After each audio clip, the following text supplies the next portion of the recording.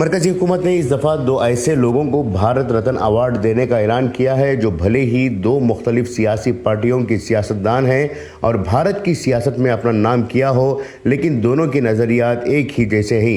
سابق نائب وزیر اعظم اور سنگھ پریوار کے سینئر رہنما لال کرشن اڈوانی کو بھارت رتن ایوارڈ دینے کا اعلان کیا گیا تھا۔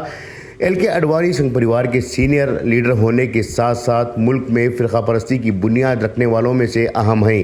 انہوں نے ہی رام مندر کی تعمیر کے سلسلے میں ملک بھر میں رتھ یاترا نکالی تھی۔ اس دوران ملک کے مختلف مقامات پر فرقہ وارانہ فسادات بھی برپا ہوئے ہیں۔ بابری مسجد کی شہادت میں کے اڈوانی کا اہم کردار رہا ہے اور اس کے بعد ہونے والے فسادات میں انہیں ملزم بھی قرار دیا گیا ہے۔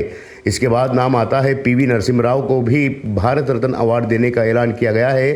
پی وی نرسمہا راؤ جہاں ملک کے وزیر اعظم رہے، وہیں انہوں نے سنگھ پریوار کی پشت پناہی بھی کی ہے۔ ان پر الزام ہے کہ بابری مسجد کی شہادت کے دوران انہوں نے ہی سنگھ پریوار کو آزاد چھوڑا تھا اور ان کی خاموشی سے ہی بابری مسجد کی شہادت ہوئی تھی۔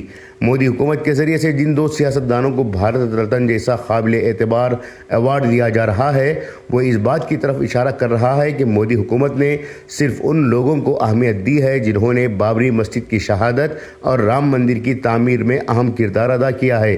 بھارت میں اس وقت ان لوگوں کا ہی بھلا ہو رہا ہے جو سنگھ پریوار کے نظریہ سے تعلق رکھتے ہوں، چاہے وہ ڈائریکٹ ہوں یا پھر انڈائریکٹ۔ بابری مسجد کی شہادت میں جس قدر وشو ہندو پریشد، بجرنگ دل اور RSS کا اہم کردار رہا ہے، اس کے برابر ہی پی وی نرسمہا راؤ کا رول بھی رہا ہے۔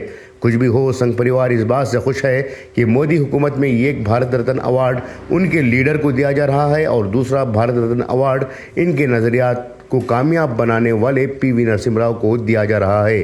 بیورو رپورٹ، انقلاب نیوز، نئی دہلی۔